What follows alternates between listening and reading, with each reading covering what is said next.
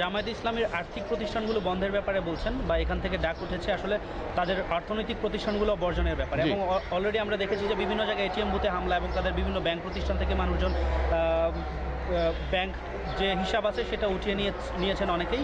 না, আমরা ইসলামী ব্যাংকের বুথ ভাঙ্গার আন্দোলন করি না। আমরা কোনো ধরনের সহিংস আন্দোলনে বিশ্বাসী না। আমরা কোনো ধরনের সহিংসতাকে ডাক দিচ্ছি না। আমরা যদি সেটা বলতাম তাহলে অনেক ধরনের অরাজকতা এই দেশে তৈরি হতে পারত। আমরা আমাদের আন্দোলনকে সম্পূর্ণ শান্তিপূর্ণ রাখবো, সম্পূর্ণ শান্তিপূর্ণ রাখবো। কোনো ধরনের ভাঙচুর, সন্ত্রাস, রাহাজানির সাথে গণজাগরণ মঞ্চের কোনো কর্মীর দায়ী না, কোনো কর্মী এটার সাথে জড়িত না, এবং আমরা এটাকে কখনোই উৎসাহিত করি না।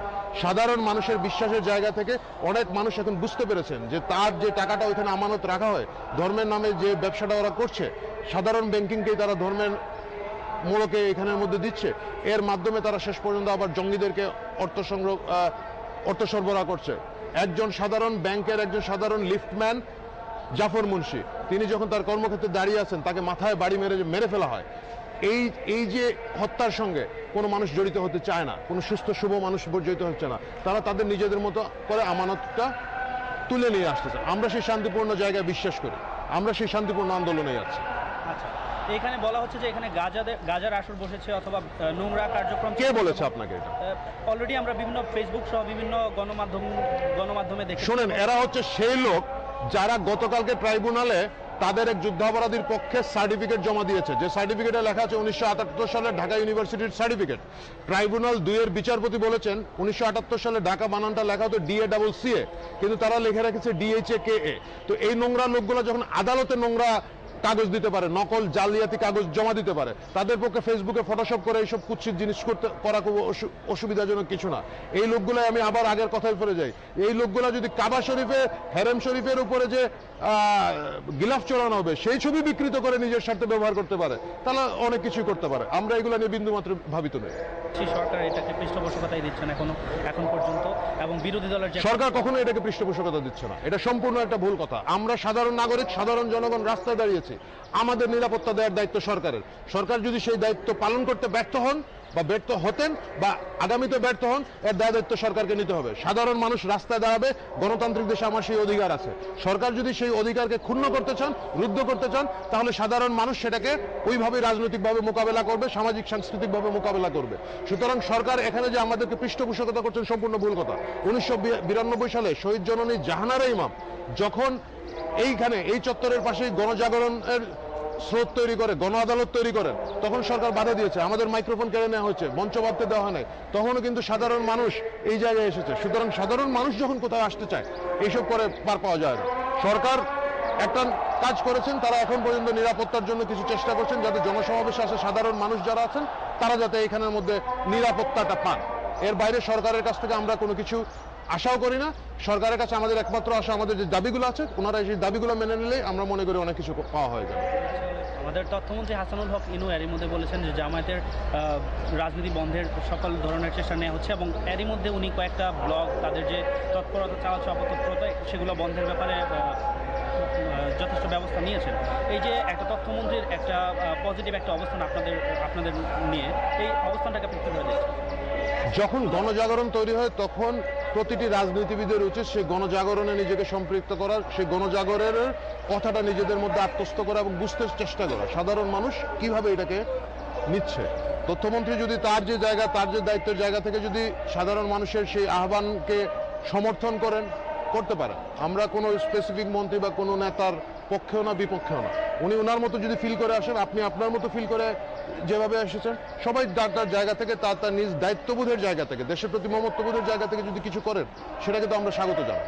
আচ্ছা, আমাদের বিরোধী দল এবং এটার বিরুদ্ধে একটা আন্দোলনের ডাক দিতে পারেন, সেক্ষেত্রে দেশ আসলে সহিংস একটা অবস্থার দিকে চলে যাবে বলে মানুষ মনে করতেছেন। এই যে মানুষের একটা আশঙ্কা, এই আশঙ্কাটাকে আপনি কিভাবে দেখবেন? প্রথম কথা হচ্ছে, বিরোধী দল কিন্তু কখনোই, আমরা যদি বৈধ বিরোধী দল বলি, এখানের মধ্যে বৈধ বিরোধী দল কখনোই এটাকে প্রতিহত করার কোনো ঘোষণা দেন নাই। তারা বিভিন্ন সময় স্বাগত জানিয়েছেন, তারা তাদের কিছু ইস্যু বলেছেন যে এই ইস্যুগুলো মনে হচ্ছে এখানে উচ্চারিত হওয়ার প্রয়োজন। এটা হচ্ছে তাদের রাজনৈতিক অবস্থা। এখন প্রতিটি মানুষের অনেক ধরনের দাবি দেওয়া থাকে। কিছু লোক এখানে এসে, ইভেন গতকালকে রাতে আমাকে একজন বলেছেন যে বাড়ি ভাড়া বৃদ্ধির বিরুদ্ধে এখান থেকে বলতে হবে। প্রতিটি মানুষের তার নিজের জায়গা থেকে বলছেন, এই বিষয়ে কথা না। আমরা মুক্তিযুদ্ধের চেতনায় লালিত নতুন প্রজন্ম, আমরা স্বাধীনতা যুদ্ধের যে যুদ্ধাপরাধীরা আছে তাদের বিচারের মধ্যে আমাদের প্রক্রিয়াটিকে রেখেছি। এর বাইরে বিরোধী দল আসলে যে খুব বেশি এটাকে প্রতিহত করতে বলেছেন এটা আমার জানা নেই। সুতরাং আমরা ওই জায়গাটায় যাচ্ছি না। আর যে কথাটা বলছেন দেশে যদি অরাজকতার সৃষ্টি হয়, নৈরাজ্য সৃষ্টি হয়, এর দায় দায়িত্ব তো আমরা কখনোই নিব না। কারণ আপনারা দেখছেন গত 17 দিন ধরে আমরা শান্তিপূর্ণ আন্দোলন চালিয়ে যাচ্ছি।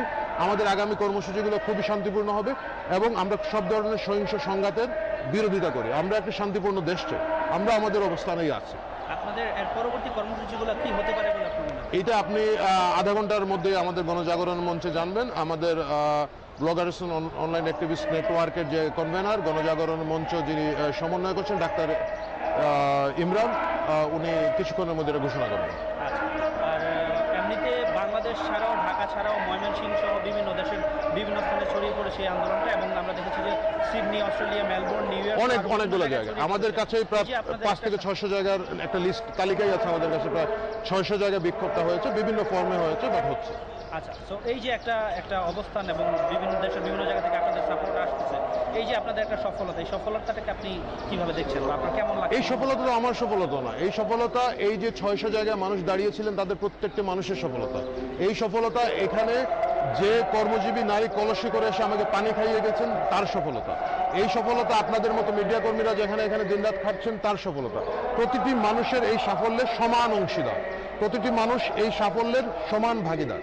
আমি খুব বেশি করেছি, আপনি কম করেছেন, এইরকম কি বলে কনসেপ্টের মধ্যে আমরা নেই, আমরা বিশ্বাস করি না। আমরা কর্মী মানুষ, আমাদের সুযোগ আছে এখানে একটু বেশি শারীরিকভাবে খাটাখাটনি করার। কিন্তু গতকালকে যে মা 12 জনের রান্না করে এখানে পাঠিয়েছেন, আমরা রাতে খেলাম, সেই মায়ের যে সাফল্য, আমার যে সাফল্য, আপনার যে সাফল্য, সবগুলো সাফল্যের সমান। এখানে বিশৃঙ্খলভাবে বা বিচ্ছিন্নভাবে দেখার কোনো জায়গা নেই। এখানে যে জিনিসটা হচ্ছে ব্লগার্স এন্ড অনলাইন অ্যাক্টিভিস্ট যারা আছেন তারা একটু বেশি শ্রম দিয়েছেন, তারা একটু বেশি মেধা দিয়েছেন। ডাক্তার ইমরান একটু বেশি উদ্যোগ নিয়েছেন, তার আশেপাশে কিছু ব্লগাররা আছে, আমার ছোট ভাইরা আছে, তারা তাদের মতো খেটেছে।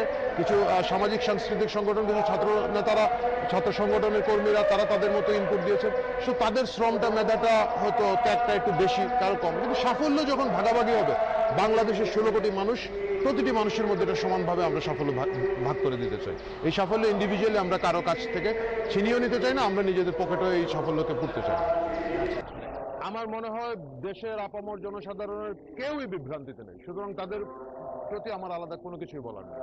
তারা জানেন আমরা কেন লড়াই করছি, তারা জানেন কেন আমরা সংগ্রাম করছি, এবং তারা সেই লড়াইয়ে, সেই সংগ্রামে আমাদের সিনিয়র যারা আছেন তারা আমাদেরকে স্নেহ দিচ্ছেন, আমাদের ছোট যারা আছে তারা আমাদেরকে প্রেরণা দিচ্ছে, আমাদের সমবয়সীরা যারা আছে তারা আমাদেরকে সাহস দিচ্ছে। সুতরাং আমরা সবাই মিলে গোটা বাংলাদেশ এই যুদ্ধ লড়ছে, গোটা বাংলাদেশ এই সংগ্রামের অংশীদার। আমরা একজন সহযোদ্ধাকে আরেকজন সহযোদ্ধা নতুন করে কিছু বলার নেই। মিছিলে, স্লোগানে, আন্দোলনের মধ্য দিয়ে এই কথাগুলো আমাদের অন্তর থেকে অন্তরে এমনিতে ধ্বনিত হচ্ছে।